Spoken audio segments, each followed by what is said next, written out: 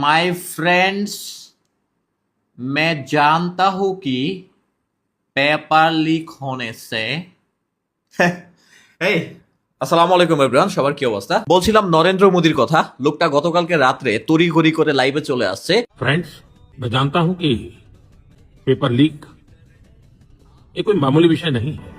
যে লোকটার মুখ দিয়ে বোম মারলেও একটা কথা বের হইতে চায় না, সেই লোকটা বাধ্য হয়ে লাইভে চলে আসছেন। এমন একটা পজিশনের অ্যাঙ্গেল থেকে ক্যামেরা করতেছিল, কিছু বলার নাই। তো যাই হোক, এখন মূলত ভারতের আপডেট কি আপনারা জানেন যে জুলাইয়ের মতো বাংলাদেশে যে অবস্থা হয়েছিল, ভারতে ঠিক সেম অবস্থা চলতেছে। এন্ড সেটা চলতেছে নিট পেপারকে কেন্দ্র করে, কারণ প্রতি বছর নিট পেপার লিক হয়ে যায়।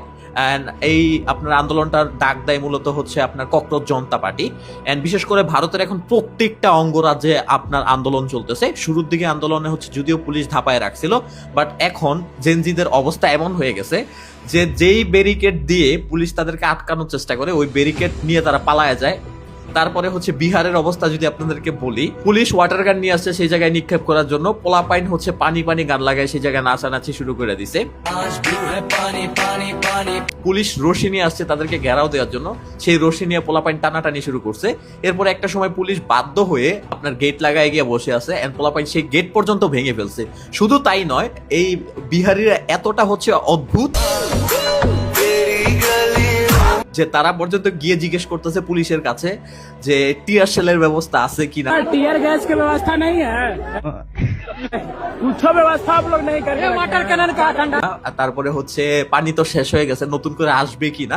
मुझे पूरा भरोसा है कि आंसू आपकी आंख से ही नहीं बल्कि आपकी वीडियो देख करके पूरे हिंदुस्तान की आंखों से आ रहे थे। मोदी जी मातन मोदी लवणे न भोजन মানে কি একটা অবস্থা চলতেছে। তো যাই হোক, দিন শেষে চিন্তা করতে গেলে এই নিউজগুলো কিন্তু খুবই দুঃখজনক, কারণ এত বড় একটা দেশ, এন্ড বিশেষ করে বাংলাদেশের থেকে কোনো কম দুর্নীতি হয় না ভারতে। 22 লাখ শিক্ষার্থী যে জায়গায় পরীক্ষা দেয়, সেই পেপারটাকে সিকিউর রাখা অত্যন্ত জরুরি।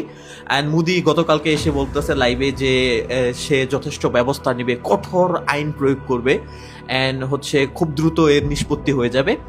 বিশ্বাস করেন, এই লোকটা 2 বছর আগে পার্লামেন্টের ভিতরে সেম কথা বলে আসছে। যখন পেপার লিক নিয়ে পার্লামেন্টে কথা বলছে, তখন লোকটা বলছিল যে আমাদের কঠোর আইন আছে, আমরা সেই আইন অনুযায়ী ব্যবস্থা নিব। सरकार पहले ही एक कड़ा कानून बना चुकी है। नीट के मामले में लगातार गिरफ्तारियां की जा रही है। উনি গতকালকে আবার লাইভে এসে সেই ধরনের কথা বলতেছে যে আমরা নতুন করে আবার আইন প্রয়োগ করব। তাইলে আগের কঠোর আইন কি হইলো আপনার, ঠিক না? সো আমি ভারতের ছাত্রদের সাথে একমত, তাদের সাথে আছি। বিকজ আমরা যারা স্টুডেন্ট লেখাপড়া করি তারা জানি যে পেপার লিক হওয়া কতটা দুঃখজনক। আপনি দিন রাত স্টাডি করে লেখাপড়া করেন, আরেকজন টাকা দিয়ে পেপার কিনা নিয়ে আসে, ভালো রেজাল্ট করে আপনার যদি পার পায় যায়, তাইলে সেটা তো আপনার আমার জন্য একান্তই দুঃখজনক।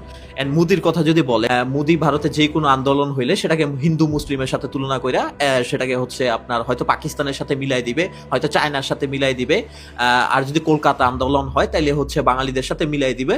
এন্ড মোট কথা ট্রাম্প কার্ড, ধর্মের যে ট্রাম্প কার্ড আছে, মোদি সবচেয়ে বেশি পছন্দ করে সেই ট্রাম্প কার্ড খেলতে। এন্ড আমরা বিগত দিনগুলোতে সেই ধরনের কাহিনী দেখে আসছি। খুব ভালো করেই জানে গভর্নমেন্ট ক্ষমতায় আসার পর থেকে ভারতের মুসলিমদের অবস্থা খুবই খারাপ।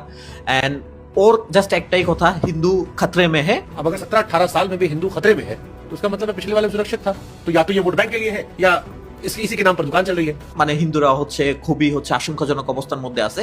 বাট বিশ্বাস করেন, হিন্দুদের সরকার ক্ষমতা থাকার পরেও যদি হিন্দুরা খাতরে মে থাকে, তাইলে যদি মুসলিম সরকার যত বছর ক্ষমতায় ছিল ভারতে, তখন তো আপনার ভারতে হিন্দু খাতরে মে ছিল না। মানে এর কথা ট্রাম্প কার্ড দিয়ে জাস্ট, যেহেতু ভারতে ম্যাক্সিমাম সংখ্যক হিন্দু আছে, তাদেরকে একটা সাইড করে রাখা, এন্ড মুসলিমদের যতটা সম্ভব দাবায় টাবায় রাখা, সে ক্ষমতায় ধরে রাখা, এটা তার প্ল্যান। দেখেন, ইন্ডিয়াতে গরু জবাই নিষিদ্ধ হওয়ার পরও বিশ্বের মধ্যে বিফ এক্সপোর্টের দিক থেকে ভারতের অবস্থান তৃতীয়। মানে বিশ্বের সর্ববৃহৎ বিফ এক্সপোর্ট হয় ভারত থেকে। তার মানে ভারতের সবচেয়ে বেশি গরু জবাই হয় হিসাব করতে গেলে। কিন্তু সে মুসলিমদের গরু মাংস খাইতে দিবে না, কুরবানি দিবে না, কিন্তু এক্সপোর্টের দিক থেকে সে আবার আগায় আছে। তো ভারতে এরকম অনেক ঘটনা আছে, বাট রাজনীতি বিষয় নিয়ে আমি কখনো